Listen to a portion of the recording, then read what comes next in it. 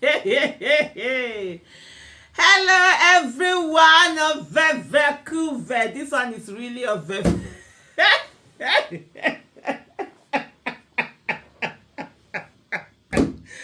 Oh my goodness.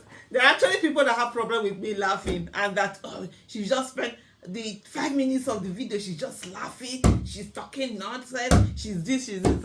Anyway, she is an Ovevekuve matter. That's why I always warn you by putting hashtag Ovevekuve. They say you are owing 620,000 naira. We are going to pay. Hey. Shocking debt report. Every Nigerian now owes 620,000 as national debt skyrockets to 134 trillion under Tinubu's government, according to parallel facts. Yeah, that's it. I saw the headline yesterday. I just laughed. I was not like, can they just make it in a way? Let me just pay my own. I know that I'm not part of you people that are owing that money. Then another sort of say that's the usual selfish Nigerian mentality. It's not just about me, it's about every one of us. How many of us can truly pay that 620,000 naira? But you know what? Debt is nothing. I'm a businesswoman. I use other people's money. We borrow money. If I'm going to buy something, I'm going to buy it from you for credit, sell it, return the money for you. That's debt. There are debts different between good debt and bad debt. Bad debt is the one that you use to go and buy liabilities. Good debt, you use them to buy assets. That's the easiest way to accumulate riches, to accumulate wealth. And so that money, those assets, by the time they are bringing in money, you're paying this one off.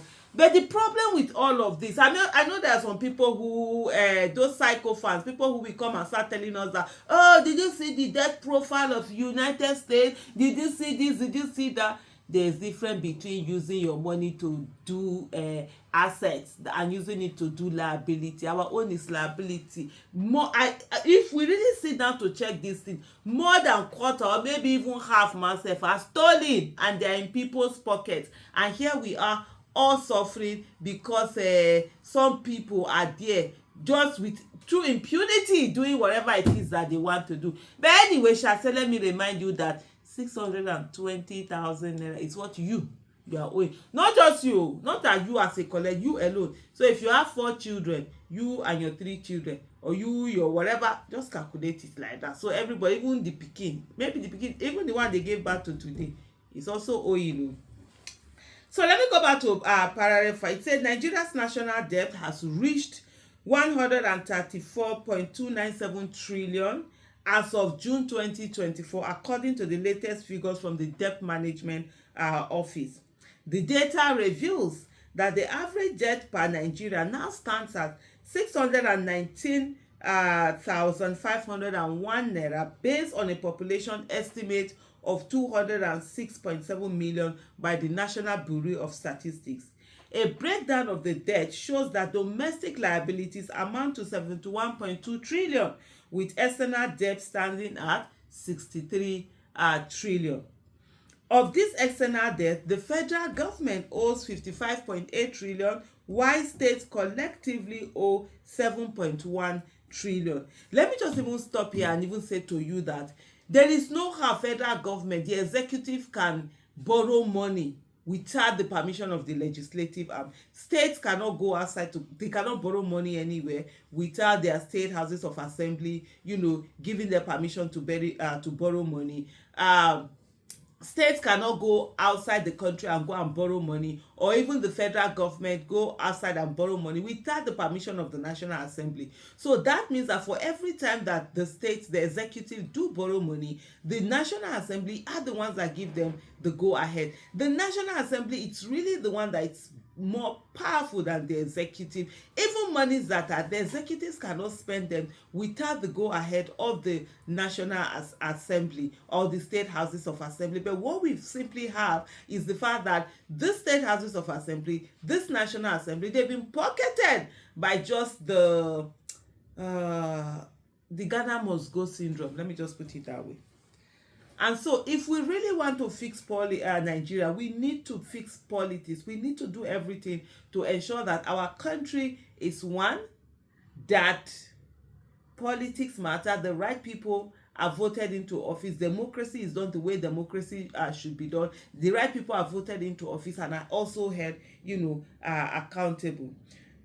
So like you hear, the domestic debt, state owes 4.2 trillion naira, and the federal government holds a higher share at 66.9 trillion naira. You see them doing elephant projects that mean nothing, that are not going to add value to anything, because they use those things as conduit pipe to be able to siphon money away, steal money. You see states that, how many people, what business have you created in your state that people are going to be flying there? The next they want to build an airport. Yes, now because an airport makes it very easy for you to be able to siphon maybe some 10-20 billion. It wouldn't show. Is it when you are paying a teacher school fees, that your salaries, that you're going to be siphoning money, or when you are buying equipment? You'll be able to siphon a lot, or when you are buying equipment for schools and stuff like that. So most of these things are really used as conduit pipe. The current debt marks a significant rise from 121 trillion reported in March 2024, adding 13 trillion naira in just one quarter. This comes amid ongoing public calls for the government to reduce its reliance on loans, as the debt per capita is now 9 times the recently approved minimum wage. In spite of this high debt profile that we have here, what do we see? We are seeing situation whereby monies are being used to renovate buildings that shouldn't be renovated. The vice president's lodge that Kashim Shettima is currently staying in has been almost 30 billion, almost 30 billion has been used to renovate both the one in Abuja and the one in Lagos. Meanwhile, White House, they are paying rent. There are people that occupy it are paying rent. They are buying food. They are doing all of that. We're here we don't have money, but we're using the little money we have. We borrow these monies and we put them in this projects that don't make any sense. We use them to buy liabilities for ourselves. For me, I even have problem with also the World Bank, IMF, and the like that keep giving us loans, because in a way they know most of these loans are not being used the way they ought to be used, yet they are bringing in this money or all the time, and then people are just siphoning them the way that they want to. What they're supposed to be, they don't really use them for that. Beyond that also is to look at the fact that how much is being spent on debt servicing. A whole lot.